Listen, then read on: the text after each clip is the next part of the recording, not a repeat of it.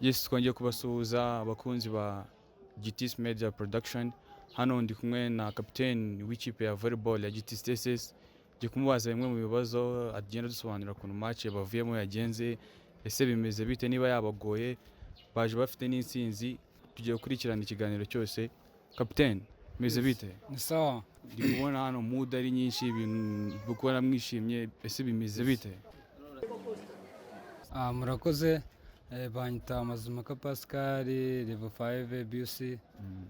Urabona nyine nasaraye bitewe n'ibyishimo by'intsinzi. Muri kubona igikombe twagiteruye, tuvuye gukompeta ku rwego rw'akarere, tuba ba mbere. So ukuntu umukino wagenze ntago wagenze nabi, gusa habayeho challenge yabayeho, ikirere cyaje kutwihinduka, habaye imbeho nyinshi byadanje ku buryo nyine umukino uko twawukegaga ntabwo ariko wagenze.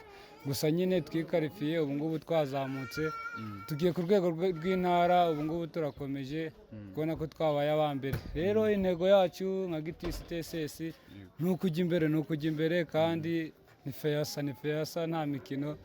Murakoze. Okay, ikindi kibazo nakubaza, ese iki gikombe mutwaye ni cyakangahe mwibitseho? Ese nicyo cya mbere? Ese byari bimeze bite kuva mutangira kugeza mugeze ku ntsinzi? Dusangizaho urugendo rwanyu gato. Murakoze. Urugendo rwo ni rurerure cyane.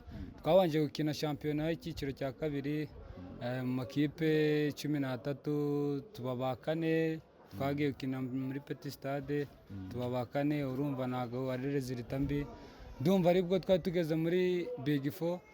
Urukumviro izo resulta ntago ari mbi.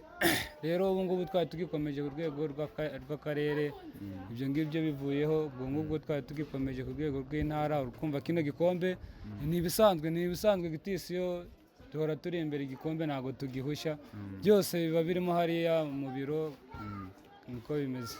Ko mutwaye igikombe cy'akarere, mubonye amahirwe yo gukomeza mu yandi marushanwa muhagararira akarere mujya ku rwego rw'intara. Ese ni iki mwakiseza abafana cyangwa abanyeshuri ba GTS TSS ko muzazana igikombe gikurikiye? Ni iki mwabizeza? Murakoze. Abafana b'icyo nababwira cyo ni ugufunga umutima. Siporo irababaza, ikanashimisha mu bantu bazi siporo. Gusa ikintu twabizeza cyo turi imbere kandi ndakeka ko tutazabasebya kabisa. Ntabyo kubarisha umutima, twe turi imbere cyane, ni ugushyiramo imbaraga nka bagenzi banjye, tukareba ko twatwara feyasa ndetse n'indi mikino yose tuzitabira, yaba Kayumba ndetse na Rutsindura bizaba ejo bundi, tugakomeza gushyiramo imbaraga duteza GTS imbere ndetse natwe twiteza imbere. Murakoze cyane. Ndagushimiye cyane kapiteni. Murakoze nawe. Sasa bibe byiza. Sawa.